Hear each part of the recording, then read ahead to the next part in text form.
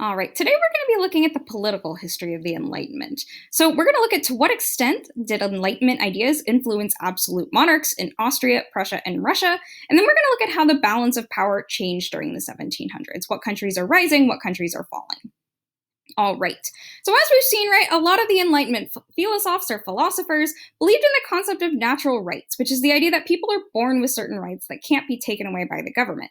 But they had a lot of disagreement about what form of government would best protect these rights. We know that some of them, like Locke, argued for a republic, others argued for absolute monarchy, and then some, like Voltaire, argued for this kind of compromise between absolute monarchy and the Enlightenment, which we call Enlightened Absolutists. And three people are actually going to try and set out to achieve what Voltaire basically argued for. And these are Frederick the Great of Prussia, Joseph II of Austria, and Catherine the Great of Russia. But as you can imagine, right, it's pretty hard to split that difference. The Enlightenment's all about freedom and individual rights. Absolute monarchies are all about absolute control. So we're going to see these monarchs face a lot of challenges in implementing sort of enlightened policy. All right. So we have a lot of context to do before we get into these folks specifically, so let's do that. So in the 1700s, there's a decline in trade between Europe and Asia and a rise in trade between Europe and the Americas. We know this is kind of a trend that's been going on for a little while, but it's really intensifying now. So what this is going to mean is that the Dutch Republic is going to decline as a world power, since the source of their wealth was really trade between Europe and Asia, especially spices. England and France, on the other hand, since most of their trade is between Europe or between them and the Americas, they're going to rise. France, however, has a lot of problems during this time period. So we mentioned right last unit that Louis XIV is going to die. He's going to leave France terribly in debt. And so France is really going to be struggling domestically, even while they're having some foreign policy successes, right? England, on the other hand, is still doing pretty well. They've still got a constitutional monarchy, though they get a new dynasty. There's no blood loss or, rebellion here, but they do switch from the Stuarts to the Hanoverians. They get a new family. All right. Now, one of the really big decisive turning points in the 1700s is the 7 Years' War. You might also hear it called the French and Indian War. That's typically what is talked about when we talked about the front that was in the Americas. So there's kind of two fronts here. There's one in North America, and then there's one in Europe. So it's almost a world war. So there's kind of two sources of tension that are going to lead to this war. So on the one hand, we've got a conflict between Austria and Prussia, because Austria, which is the remains of the Holy Roman Empire, right? They've been vastly reduced. They've lost all the German states. Now they're really just Austria and then a few states in Central Europe that are still attached to them. They're very threatened by Prussia's growing power, and they have a lot of conflict with Prussia over this territory called Silesia, which is in Central Europe near Poland. So that's sort of the minor part of this. And then really the major source of conflict here is the tension between France and England over trade and colonies in North America. So if you remember hearing about this as the French and Indian War in 8th grade, that's what's going on here. You may just not have heard about the European part of this, right? So Prussia and England are going to side with one another, France and Austria are going to side with one another, and then Russia is going to join France and Austria. The majority of the conflict, as you probably know, takes place in North America, but there is conflict in continental Europe as well. So what's the consequences of this war? What's the significance? How does this affect the balance of power? Well, it's going to really hurt France. So France is the big loser here. They're going to give up pretty much all of their territory in North America. They're going to give it to England. So England's a big winner here. And then France is going to be plunged, of course, further into debt, which is going to have serious implications for them next unit. We'll come back to them later. And then in addition to this war being really good for England, it's also really good for Prussia. It's a pretty big victory for Prussia. All right. So speaking of Prussia, let's actually go back a little bit before the 7 Years' War, and let's talk about what's been going on there domestically. So they have been growing in power, right? So we mentioned last unit, they became pretty much independent from the Holy Roman Empire. They've been building this absolute monarchy, right? So really that process is going to continue with two new monarchs that we haven't talked about yet with very similar names. So there's Frederick William I, who's the son of that king in Prussia we talked about last unit. And then Frederick William I's son, Frederick II, who is better known as Frederick the Great. So Frederick William I, who's dad, he's a terrible person, honestly, but he's actually a pretty effective ruler. So he maintains a really well-organized and efficient military. Again, that's really Prussia's hallmark. And he maintains a really well-organized bureaucracy. So he has really tight control over the bureaucracy. So again, classic absolute monarch. He's going to expand the size of Prussia's military. Again, kind of classic Prussia there.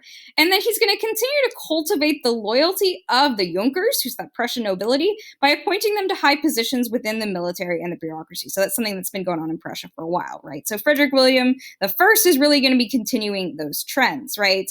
But he's kind of an egalitarian in the sense that he does also allow commoners to rise through the ranks of society by becoming part of the bureaucracy. So that was something that Peter the Great, if we remember, did too as well. So they're providing some avenues for social mobility, which is kind of nice. But Frederick William I, he's not one of what we call that enlightened monarch, right? He's not really into Enlightenment philosophy. He's really just a classic absolute monarch, right?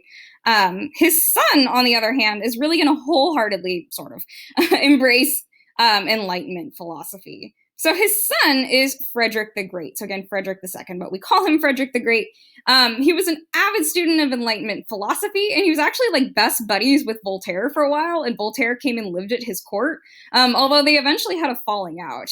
Frederick the Great, he has a really fascinating backstory that we don't really have a lot of time to get into, but suffices to say his father was horrifically abusive. Frederick the Great was also probably gay, and both of those things are going to kind of influence, I think at least, sort of his ruling style.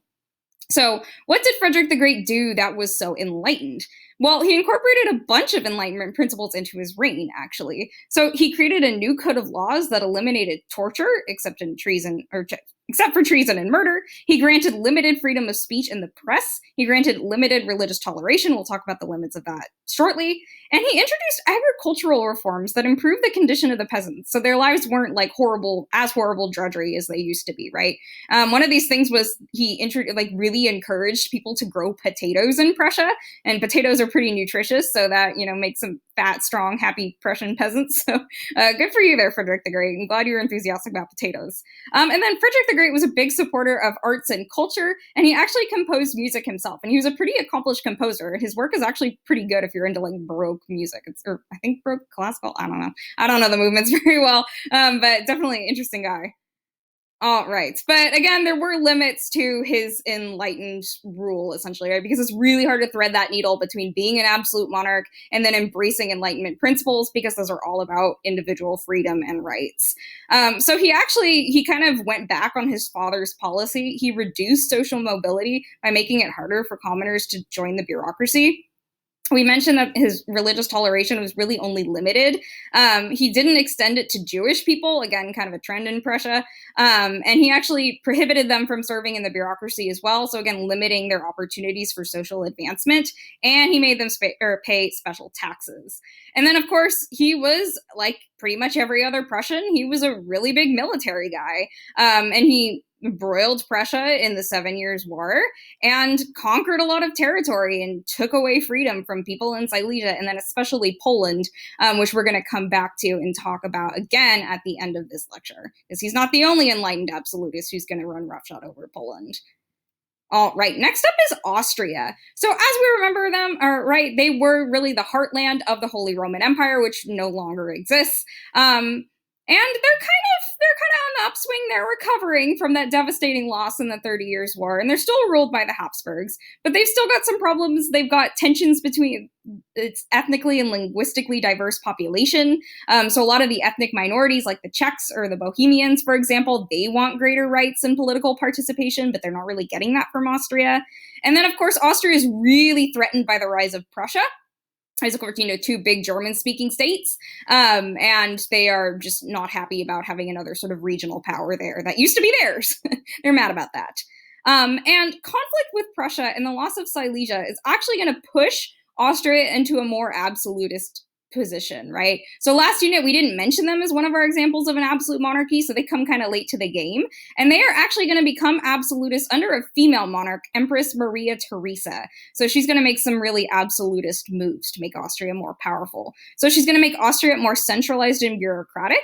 So she's going to place the government of like local provinces, so like regional areas, under Austrian control rather than local provincial assemblies. She's also going to force nobles and the clergy to pay their taxes directly to the Austrian government rather than those local provincial governments. And then, like Frederick William I, Maria Theresa, she's not an enlightened monarch, so we can't call her that. She's really just sort of original flavor absolute monarch. But again, also like Frederick William I, her child, her son, is going to pick up the enlightened absolutist torch, and her son is Joseph II. And Joseph II is a lot like Frederick the Great, and then again, he tries to thread the needle between sort of Enlightenment philosophy and also expand the power of his country. So, like Frederick the Great, he's going to support arts and culture. So, for example, he gives Mozart, the composer, a lot of money. Joseph II is actually going to go farther than our next absolute monarch, who's Catherine the Great. He's going to abolish serfdom, which she doesn't do. So, good for you, Joseph II. He's also going to abolish the death penalty and establish the principle that everyone is equal before the law. And he's also going to introduce some religious toleration, and then he's going to limit the power of the Catholic Church. He's also a big supporter of public education. But again, as we mentioned, right, there's some limits to that sort of enlightenedness of his reign. And he's actually going to encounter some problems. He kind of goes further than our other enlightened monarchs, which is going to cause some trouble for him. So when he eliminates serfdom, that, as you can imagine, makes the nobles really mad because that cuts off their source of free labor. The church is also pretty angered by the loss of power. And then Joseph II makes a mistake that a lot of Austrian monarchs are going to make, in that he doesn't really extend a lot of rights to national minorities. So he makes German the official language of the bureaucracy. So, like, for example, if you speak Czech, right, and you want to rise through society by being a member of the bureaucracy, well, that avenue is now closed to you because you don't speak that language. And that's going to be a continual problem in Austria for a really long time, actually. All right. Now we're going to turn to our third enlightened absolutist, who is the Empress of Russia. And this is Catherine the Great. And Catherine the Great is actually not Russian herself. She marries into the royal family. She marries a descendant of Peter the Great. She herself is from one of those little German states. So she marries Peter III. She overthrows him in a coup, essentially, and he dies mysteriously, wink, wink. But because she comes to power in a very different way than Frederick the Great and Joseph II, so her reign is a little bit more tenuous, right? She knows she relies on the support of the nobles and the palace guard who backed her coup. This leads her to impose reform much more cautiously. So she plays it a lot more safe than Joseph II or Frederick the Great. So she talks a big game, but she's not really that enlightened, to be honest. So again, she's a huge patron of arts and culture. She reads a lot of Enlightenment philosophy. She strikes up a friendship with Voltaire. Man, he is all over the place. But she doesn't really introduce a lot of real social reform. So, for example, the peasants are really, like, they see what's going on in Austria, and so some people are pushing for the emancipation of the serfs in Russia, and Catherine the Great does not do that. And she actually expands the power of the nobility. She gives them a greater role in local government, and then she grants them all kinds of special legal principles, and she exempts them from taxation. Again, she knows this is her power base, so she needs to keep them happy. And she doesn't emancipate the serfs because she knows that's going to bug the nobles, right? But what this is going to do, so all these peasants are looking at her, they're like, hey, what gives? We thought you were going to help us. And they actually revolt, and this is called the Pugachev Rebellion. And it's actually pretty successful. Like, they get pretty far. But Catherine crushes the rebellion ultimately. She stops any attempt at reform. She's like, I'm not going to touch that with a 10-foot pole. And she even expands serfdom to the new territories that Russia conquers. You're like, wait, what new territories does Russia gain? I told you we were going to come back to Poland. So one of the biggest pieces of evidence, I think, that all three of these enlightened absolutists weren't actually so enlightened is the fact that they completely deprived Poland of its sovereignty and its freedom. And again, freedom is a real big Enlightenment principle, so we see these enlightened monarchs going against that. So there were three separate partitions or divisions of Poland, again, in between. So Austria, Prussia, and Russia kind of split them halvesies or threesies in the late 1700s. And this is pretty good for Austria, Prussia, and Russia, right? Because A, they get territory, and B, it helps maintain the balance of power between them, so it prevents them from going to war with one another over Poland. But it's not like Poland had any say in whether it was split up, right? So not great for Poland. So by 1795, Poland, which used to be, this pretty powerful independent country, they're effectively obliterated as a sovereign state.